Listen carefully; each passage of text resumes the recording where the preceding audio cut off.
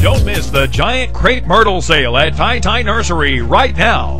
New hybrid crepe myrtle plants will bloom all summer and then continue flowering during the fall in your yard.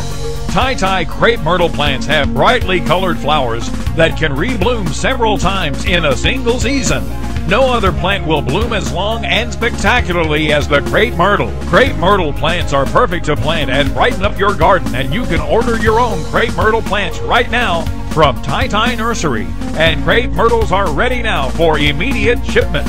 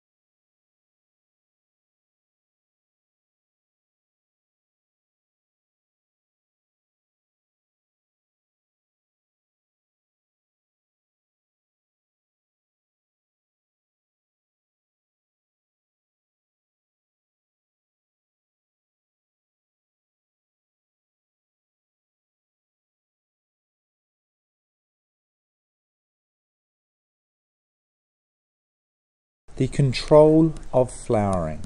Have you ever noticed when you go outside, all of one species of plant will flower at the same time? Daffodils flower early in spring. Something causes plants all over a region to flower at the same time, and it comes down to one chemical called phytochrome. Phytochrome is a weird chemical in that it's found in two forms. You've got the phytochrome red form and the phytochrome far red form. Now these are interchangeable. One breaks down to the other in the dark. We end up in the dark with a lot of phytochrome red. When sun shines on this, when certain wavelengths of light shine on this, we get the conversion to the phytochrome far red. So every day and every night we get a cycle of phytochrome.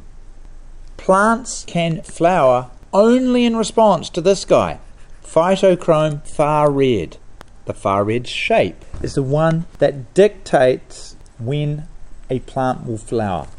That is really important. So phytochrome far red only affects flowering. We can actually draw a slightly more detailed diagram than before. We start off with our phytochrome red. We have our phytochrome far red. During the day we get a very fast conversion as soon as we have daylight or white or red light. We get a very fast breakdown of phytochrome red to phytochrome far red. The far red being the one that will cause flowering. At night we get a much slower breakdown back to phytochrome red. This occurs in the dark, or if we shine far red light. So you can imagine every morning we're going to have lots of phytochrome red.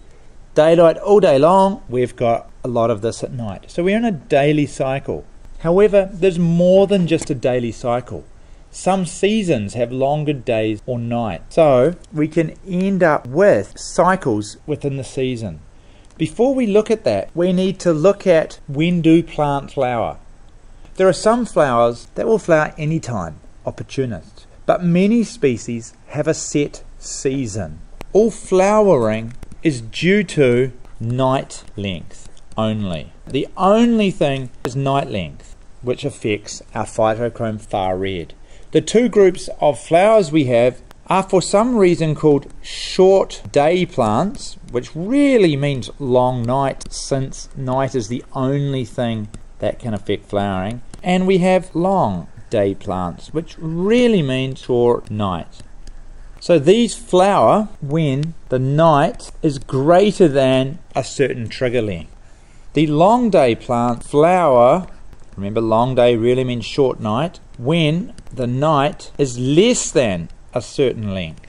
Which means we can say, hold on a minute, when the night are greater than the length, that's going to be generally in winter, or the season when nights are getting longer before winter, autumn. So things that flower in autumn or winter are flowering in response to nights getting longer, short day. On the other hand, things that flower when the night is shorter than a certain time are going to flower when nights get shorter, spring, or into summer. So as soon as you see when a flower appears, you can work out if it's a short day or a long day plant. This means different plants have different sensitivities to phytochrome. We go back up here, in daylight, very quick, slow breakdown at night. In the summer, nights are very short. There's not going to be enough time for all of this to break down. We're going to end up with less of this, more of this. Plants that flower then will respond to having this present. In the winter, short day, very long nights, we end up with less of this. But this system goes on forever, and on top of that, your plant groups have a different sensitivity. So if we go back a step, we have phytochrome far red. It inhibits short day flowering, whereas our phytochrome far red promotes flowering in long day plants. You could take all of this and put it onto one diagram to explain it, where you've got the basic system. Your phytochrome far red is going to have two effects. Our phytochrome far red will inhibit flowering in short day, which means long night, plants. Inhibit them from flowering, and our far red will promote flowering in long day plants. Now obviously you're going to get a daily cycle. Every morning you're going to have more phytochrome red. Every afternoon, evening, more phytochrome far red. We're talking about when your level gets high enough for a period of time, it will promote flowering. Or when it's lower than a certain level for a period of time, then your short day plants could flower because they're no longer inhibited. Now scientists learned a while ago they can mess with this. Scientists found in the middle of winter, when you have long nights, 30 seconds of bright light, in the middle of the night is enough for the very quick conversion back to phytochrome far red. So flower growers could grow summer flowers in the middle of winter and sell them for a premium price. This was all because they understood the role of phytochrome in the control of flowering.